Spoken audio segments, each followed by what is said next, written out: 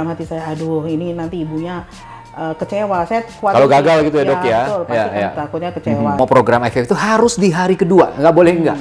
Bener atau nggak, Dok? Kalau bertemu dengan Diah Sartikasari di usia 17 tahun, dokter mau ngomong apa?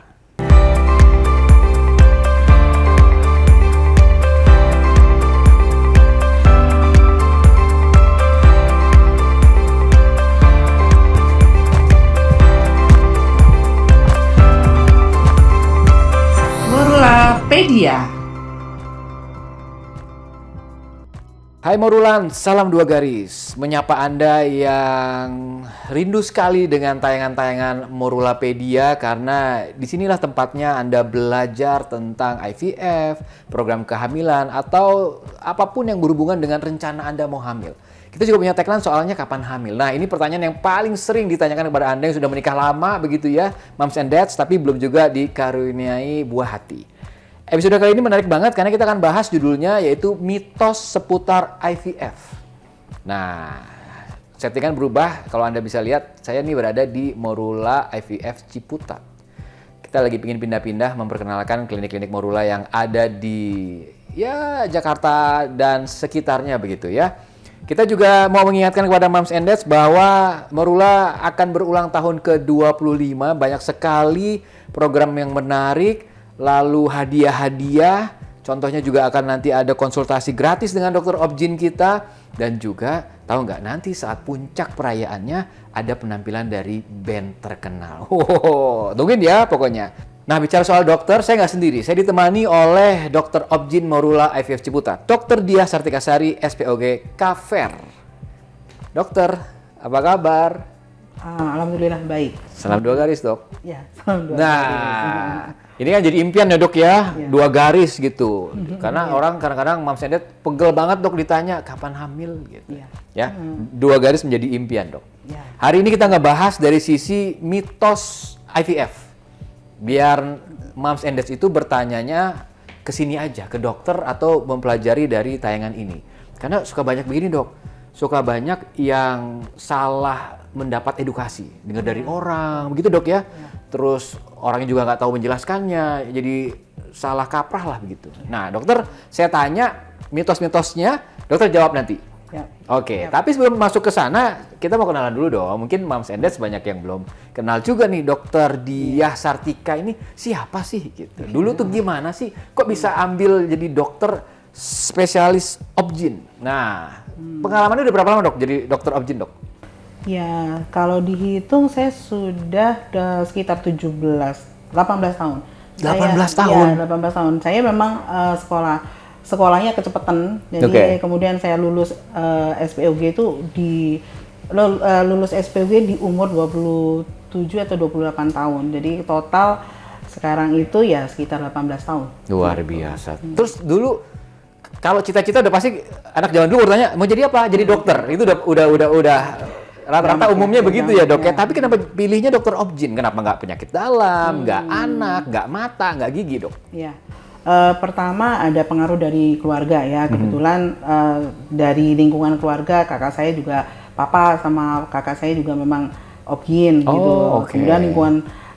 Kemudian pertama sih saya belum mau Obgyn ya, cuma mau ke bedah urologi, tapi saya pikir-pikir pasiennya kok laki semua nanti gitu. Jadi karena saya perempuan ya udah saya memutuskan untuk jadi dokter Obgyn dan terutama pengaruh besar itu dari keluarga sih. Dari keluarga ya. Oh, jadi memang sudah keluarga Obgyn gitu ya. Terus cerita apa, Dok, yang nggak pernah terlupakan nih dalam membantu moms and dads punya buah hati? Ya, itu udah terjadi berapa tahun yang lalu ya. Waktu itu ada pasien saya yang datang umur 46 tahun. Dia didapatkan dari pemeriksaan itu cuma 1 telur saja.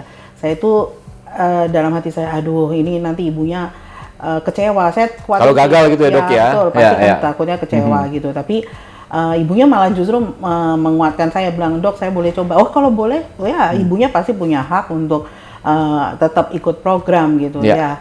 Ya dari 1 telur, kemudian berkembang kita panen cuma 1 telur ya, kemudian hamil sampai lahir ya dari 1 di usia 46 tahun. Nah, di situ 46 tahun. Iya, dan di situ juga saya sadar benar gitu kalau ya ini memang selama kita berikhtiar ya, ya itu hasil memang dari Tuhan, bukan dari saya. Betul. Gitu. Yang penting kita mencoba ya, berusaha ya, ikhtiar Iya, tadi ya dok ya. betul. 46 tahun masih bisa hamil ya dok ya, dengan IVF ya dok Iya, ya. betul. Tuh, moms and dads, jadi kata kuncinya ikhtiar. Jangan pernah menyerah, 46 kalau rezeki dikasih hamil ya dok ya. Iya. Oke. Pertanyaannya adalah kalau nggak praktek dok, suka ngapain? Jelas traveling. Oh jalan-jalan dok, suka kemana dok? Mana aja sih, setiap dalam 1 tahun itu pasti ada dua libur panjang saya dalam 2 tahun. Oh ngambil gitu dok ya? Iya pasti. Oke, sekarang kita masuk ke konten. Kita akan bicara tentang mitosnya. Banyak moms and dad yang datang ke dokter Obgyn terus merasa disuruh IVF, tapi menyangkal dengan bilang bahwa kita coba dulu deh yang normal dengan cara memperbaiki lifestyle, nggak merokok, makan buah, olahraga, sehingga nanti bisa hamil normal. IVF-nya belakangan. Gimana tuh dok? Tanggapannya? Sebenarnya sih ada benarnya ya. Maksudnya gaya hidup, semua yang mau program hamil itu memang harus memperbaiki gaya hidupnya. Kita harus bicara kalau tidak berubah gaya hidupnya nanti kualitasnya bagaimana, itu yang perlu dipertanyakan. Tapi sampai seberapa lama nih gitu ya. Jadi kalau misalnya memang usianya di atas 35 tahun atau 39 tahun ya memang gaya hidup itu ya tidak bisa berjalan sendiri. Jadi harus bersama dengan program hamil itu sendiri. Jadi berubah gaya hidup, kemudian juga ikut program hamil.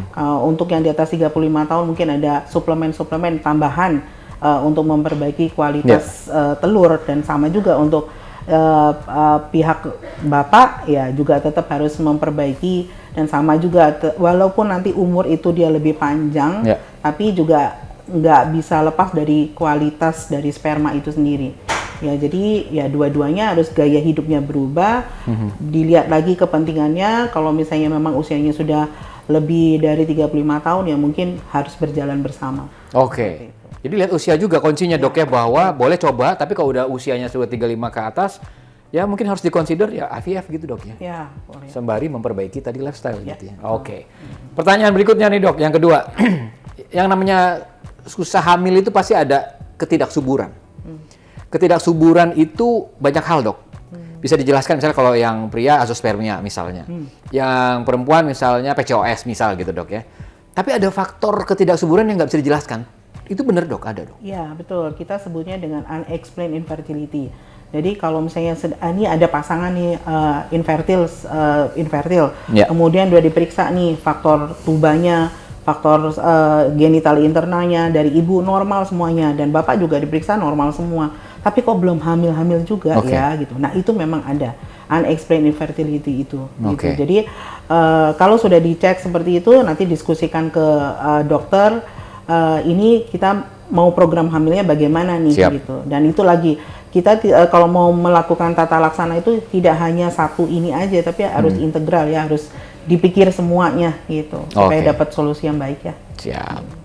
Nah, gimana moms and dad? Seru ya, banyak-banyak mitos yang kita bahas. Baru 2 nih pertanyaannya. Nanti kita akan bahas lagi di segmen 2 dan 3 untuk mitos-mitos lainnya yang mungkin ini menjadi pertanyaan Anda atau mitos Anda selama ini. Jangan kemana-mana, kita akan segera kembali.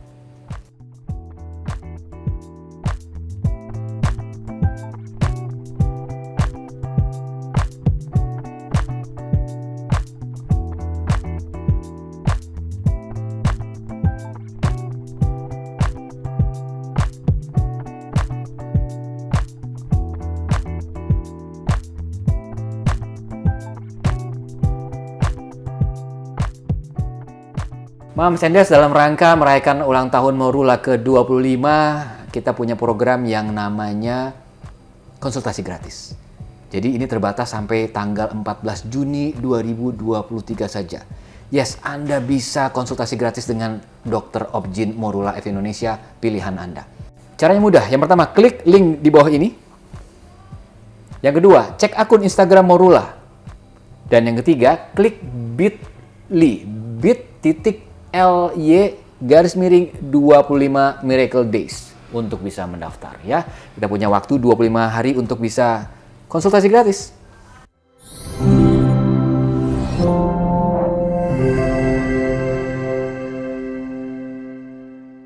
Balik lagi di Morulapedia, podcast by Morula. Kapan hamil? Saya Rul Johan masih bersama dengan Dr. Diah Sartikasari, SPOG Konsultasi Fertilitas Kafer, gitu ya. Episode ini menarik banget pemirsa karena bicara tentang mitos IVF yang sering menjadi pertanyaan Anda yang belum terjawab mungkin selama ini.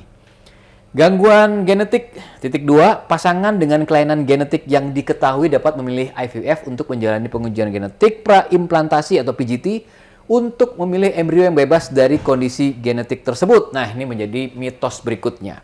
Dokter Diah, silakan. Gimana itu jawabannya, Dok? Kalau untuk PGT, apalagi kalau kita istilahnya namanya PGTA ya. Jadi kalau misalnya memang sudah ada masalah dengan genetik sebelumnya, memang disarankan untuk PGTA. Kemudian tidak hanya itu aja ya. Misalnya kalau misalnya ibu tersebut lagi-lagi ada hubungannya dengan usia, kalau misalnya usianya di atas 38 atau 39 tahun ya disarankan untuk mengikuti PGTA. Atau misalnya sudah mengikuti program, kemudian beberapa kali gagal, nah disarankan juga untuk pemeriksaan PGTA tersebut. Ya, itu benar. Benar. Jadi nggak semua mitos tuh nggak benar. Ini yang versi benernya begitu ya. Berikutnya Dok. Ini mitos berikutnya ini menarik banget. Banyak yang bilang insem dulu aja sebelum IVF. Menurut dokter gimana? Tidak selalu ya. Banyak sekali misalnya ada faktor sperma yang jumlahnya tidak memenuhi syarat untuk inseminasi, ya disarankan langsung IVF. Karena kalau misalnya syarat inseminasinya pun tidak mencukupi, pasti angka keberhasilannya juga pasti rendah sekali gitu. Jadi untuk apa buang-buang uang gitu, dan keberhasilannya pun sekitar masih nggak terlalu tinggi juga gitu. Jadi tidak selalu harus inseminasi baru IVF, enggak. Kadang-kadang masih bisa mencoba inseminasi, bahkan kadang-kadang kita atur senggamanya gitu, tidak langsung inseminasi juga gitu. Tapi kalau tidak menutup kemungkinan diatur itu dengan sistem kalender gitu maksudnya, Dok? Salah satunya senggama terjadwal gitu. Karena saya dulu pernah begitu untuk program anak kedua, Dok, pengen anak laki-laki. I see. Nah, jadi tergantung dengan penyebabnya ini apa masalahnya. Banyak sekali yang umur juga sangat berpengaruh lagi. Kemudian jadi tidak harus tahapan itu harus diikutin satu-satu. Kadang-kadang kita bisa loncat langsung ke bayi tabung gitu. Siap. Jelas ya. Kita lanjut lagi kalau gitu, Dok ya. Itu dia penjelasan dari Dokter Diah untuk mitos-mitos yang menjadi pertanyaan Anda. Kita akan bahas mitos-mitos lebih lanjut lagi di segmen berikutnya. Tapi ada satu hal yang penting untuk saya informasikan kepada Anda bahwa kita akan bahas ya soal hamil, kehamilan, dan IVF tentunya. Satu informasi bahwa di dalam program IVF itu tadi dokter sudah sentil sedikit PGTA. Dan dalam rangkaian ulang tahun Morula ke-25 kita punya program untuk moms and dads bisa punya anak yang lahir di tahun naga. Berarti tahun depan. Nah, siap-siap ya kita punya promo yang namanya Baby Dragon. Cek Instagram Morula.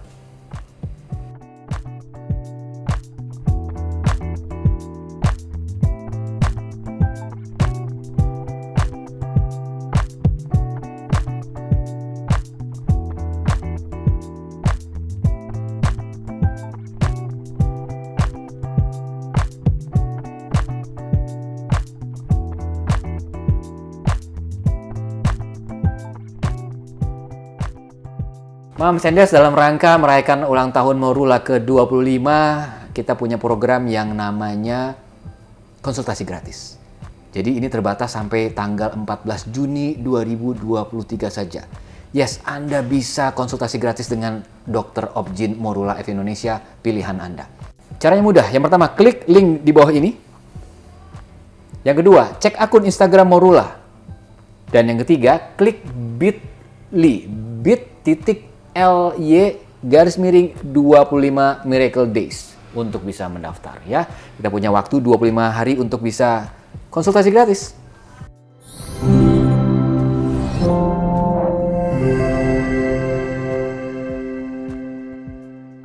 Morulapedia, kapan hamil? Topiknya adalah IVF mitos atau IVF myths begitu ya. Banyak banget yang menjadi pertanyaan simpang siur di luar sana. Ini kita jawab nih sekarang di episode kali ini bersama saya Rul Johan dan juga Dr. Diah Sartikasari, SPOG Kafer. Dok, lanjut ya dok? Siap. Pertanyaan berikutnya, konsultasi pertama itu ke Dr. Objin ya, kalau mau program IVF itu harus di hari kedua, nggak boleh enggak. Bener atau nggak dok? Benar sih, gitu Oke. ya, benar. Jadi tujuan enggak harus hari kedua atau tiga. Kalau misalnya jatuhnya di hari Minggu nih hari keduanya. Dokter nggak praktek misalnya gitu ya? Boleh. Ya, diminta datang hari ketiga. Oke. Tapi sebenarnya ada tujuannya kenapa diminta hari kedua atau ketiga. Karena di hari kedua atau ketiga menstruasi itu folikel dari si ovarium itu diameternya itu kita harus menghitung gitu. Oh, Jadi di situ kuncinya. Ya, betul. Jadi diameternya itu harus di bawah 10 mm. Oke. Dan kita bisa menghitung jelas berapa sih jumlah telur-telurnya itu berapa. Oke. Jadi selalu Siap. diminta hari kedua atau ketiga haid. Oh, itu alasannya, bukan karena nggak ada alasan begitu ya, Dok ya? Nggak ada. Baik. Pertanyaan selanjutnya, kalau konsultasi dengan dokter Obgyn, katanya mitosnya nggak bisa lama-lama. Cepet selesai gitu. Bener nggak, Dok? Kayaknya nggak berlaku di Morula ya. Oh, nggak berlaku ya? Terutama di Morula Ciputat kita nggak sih gitu. Tapi memang walaupun memang betul ada acuan waktunya, Siap. tapi insya Allah sih pertanyaan selalu dijawab sih. Oke. Jadi nggak begitu kok ya, Dok. Apalagi dokter dia ini baik kok. Kalau nanya apapun dijawab tuntas gitu ya. Kalau masih kurang di konsultasi berikutnya. Gitu ya, Dok ya. Oke, Dok. Pertanyaan ini menarik nih, Dok ya. Katanya dokter itu kalau pasiennya datang 2 kali, 3 kali itu nggak selalu kenal karena banyak banget pasiennya. Jadi dia lihat dulu nih kebetannya di buku ini ya, buku riwayat kesehatan dulu. Oh, ini yang kemarin begini-gini gitu, Dok ya. Mitosnya, Dok. Mitosnya, ya. Tapi kalau yang khas sekali biasanya dokternya inget ya, gitu. Tapi memang kita harus lihat rekam medik ya, untuk memastikan ini masalahnya apa, pasien ini. Jangan sampai kita tidak, malah justru menurut saya lebih baik sebelum masuk ketemu tuh malah kita memang harus baca dulu riwayatnya. Ini ada masalah apa, ini kenapa. Merefresh, mengingat kembali ya, gitu pastilah, ya. Gitu. Nah, Oke. baru kita bisa nyambung ya. Oke. Gitu. Kita harus pelajarin dulu, habis itu baru kita bisa diskusi lebih baik. Siap. Berikutnya, multivitamin itu pasti dikasih setelah konsul. Bener nggak, Dok? Nah, sebenarnya sih jadi gini, multivitamin itu kan judulnya suplemen ya gitu. Kalau biasanya sih kalau pasien-pasien saya minta tetap nggak bisa lepas, percuma kalau misalnya minum multivitamin lanjut terus, tapi kalau lifestyle-nya nggak bagus.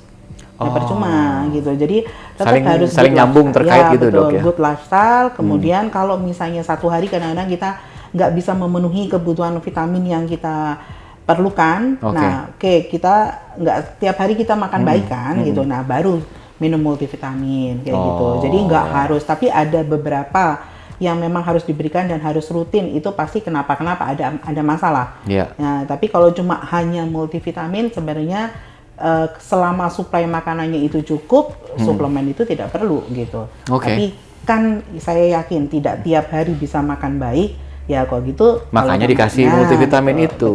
aja. Tuh, menjelaskan mitosnya. Jadi ada alasannya lagi gitu ya, Dok ya.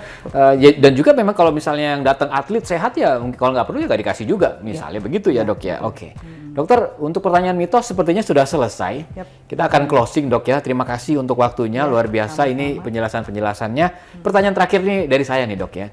Dok, kalau bertemu dengan Dokter Diah Sartika, bukan dokter lah, belum dokter nih. Ini pasti belum dokter karena umur segini nih belum dokter. Kalau bertemu dengan Diah Sartika Sari di usia 17 tahun, dokter mau ngomong apa? Saat saya 17 tahun, yang jelas lebih banyak yang dijalanin. Maksudnya Coba semua gitu, Dok? ya dicoba semua. Misalnya dari olahraga, kebetulan saya juga main musik, jadi lebih banyak kreatifnya lah gitu. Kemudian oke. tetap olahraga. Nah, saya sampai rajin olahraga sampai punya anak, habis itu enggak. Jadi itu harus, dan tetap semangat kali ya. Tetap semangat. Tuh, menyemangati dirinya gitu ya, Dok. Oke, Dokter, terima kasih. Yap, Sampai ketemu lagi di program lainnya, Dok ya. Ya. Dan Morulans, Moms and Dads, terima kasih. Kita akan bertemu lagi di Morulapedia episode lain yang lebih menarik. Jangan lupa tapi subscribe, like, nyalakan loncengnya karena akan muncul setiap minggunya episode baru. Dan saya ingatkan lagi, Morula akan ulang tahun ke-25, banyak sekali program-program spesial yang kami tawarkan ke Moms and Dads. Contohnya keringanan pembayaran, konsultasi dokter objin gratis, hadiah-hadiah, lalu ada seminar, talk show, sampai penampilan artis dan band. Nah, di acara puncak Morula. Saya Ruzan pamit undur diri. Sampai jumpa. Salam 2 garis. Dua garis.